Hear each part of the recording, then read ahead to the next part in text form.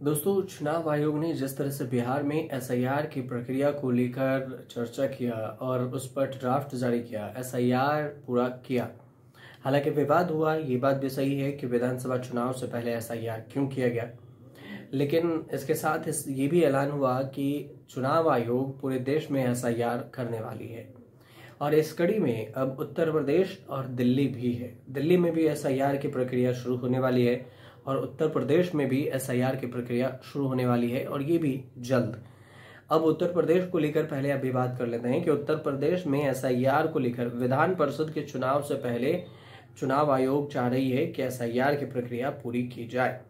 Voter list का पुनरीक्षण, special intensive revision जिसे आप सब कह रहे हैं, उसे ही एसआईआर शॉर्ट में कहा जाता है। ये 11 सीटों पर जो छात्र हैं, उसके सदस्य जो ग्रेजुएट शिक्षक हैं, उन सदस्यों को चुनाव के लिए चुनाव होगा, जो ये परिषद है वो। और इससे पहले 30 सितंबर से जो ग्रेजुएट शिक्षक विधान परिषद है, उससे चुनाव से पहले वोटर लिस्ट का एसआईआर शुरू करने की बात हुई है, जिसमें ये कहा गया है कि लखनऊ है, आगरा, मेरठ, इलाहाबाद, झांसी ये शामिल हैं। और इसके अलावे बरेली, मुरादाबाद, फैजाबाद, गोरखपुर भी इस इलाके में शामिल है।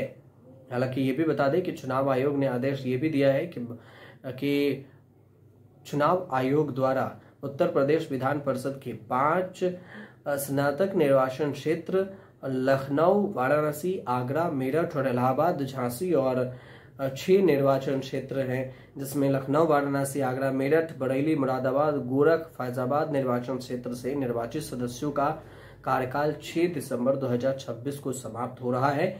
अब इस कारण यहां पर 30 सितंबर से एसआईआर की प्रक्रिया शुरू होगी।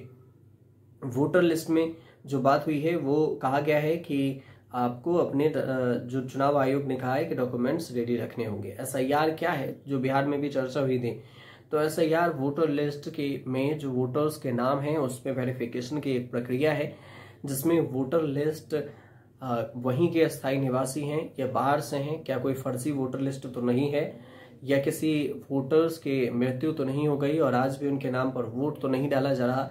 इन तमाम चीजों पर एसआईआर की जाती है। ये भारत के अनुच्छेद 326 और जन प्रतिनिधि अधिनियम 1950 की धारा 16 के अनुसार किया जाता है, जिसमें वोटर्स के रूप में रजिस्टर्ड पात्र और निर्वाचक जो नाम है उसमें योग्य उम्मीदवारों के परीक्षण होती है। अब इसके अलावा आपको बिहार के बाद, ये बिहार में तो हुआ ही, अब आपको दिल्ली के भी एसआईआर की बात बता दे रहे हैं। दिल्ली में एसआईआर होने की जो प्रक्रिया है, चुनाव आयोग इसकी तैयारी कर ली है और वोटर लिस्ट जो भी है 2002 तक का वेबसाइट पर अपलोड भी कर दिया है कि 2002 तक वोटर लिस्ट में जिनके नाम हैं वो ठीक है, उनके बाद वाले जितने भी हैं उनका वोटर लिस्ट में एसआईआर किया जाएगा। तो ये भी अपलोड किया गया है। जबकि 2002 समझिए कि 2002 और 2025 में काफी फर्क है दिल्ली के लिए। दिल्ली काफी डेवलप हो चुका है 2002 से 2025 तक में। बावजूद इसके 2002 के वोटर लिस्ट एसआईआर इसमें शामिल किया गया है। अब 2002 में जो लोग होंगे दिल्ली में, वो उसके बाद कई गुना ज्यादा लोग दिल्ली में बढ़ चुके हैं। तो ये एक तरह से सीधे तौर से एसआईआर के प्रक्रिया में बात कही गई है।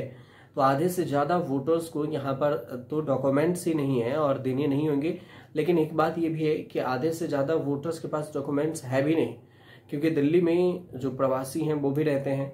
अब वो डॉक्यूमेंट्स कैसे दिखाएंगे, सबसे बड़ी बात ये भी होगी। इसके अलावा जो चुनाव आयोग ये भी अपील कर रही है कि 2002 की वोटर लिस्ट देखकर लोग उसमें अपना नाम, पिता का नाम देख लें, वेरिफिकेशन करवा लें, बीएलओ द्वारा गहन जांच करवा लें। अब 2002 और 2025 की वोटर लिस्ट दोनों में जिन व्यक्तियों का नाम न हो उन्हें फिर से फॉर्म भरना पड़ेगा और वेरिफिकेशन करनी पड़ेगी। तो ये सीधे तौर से कहा गया है चुनाव आयोग की तरफ से। आगे क्या कुछ होगा ये आने वाले वक्त में जैसे ही नया नोटिस आएगा हम आपको जरूर बताएंगे। फिलहाल आपको जानकारी सही लगे तो हमारे चैनल से जुड़िए, सब्सक्राइब कीजिए, शेयर कीजिए, कमेंट जरूर कीजिए।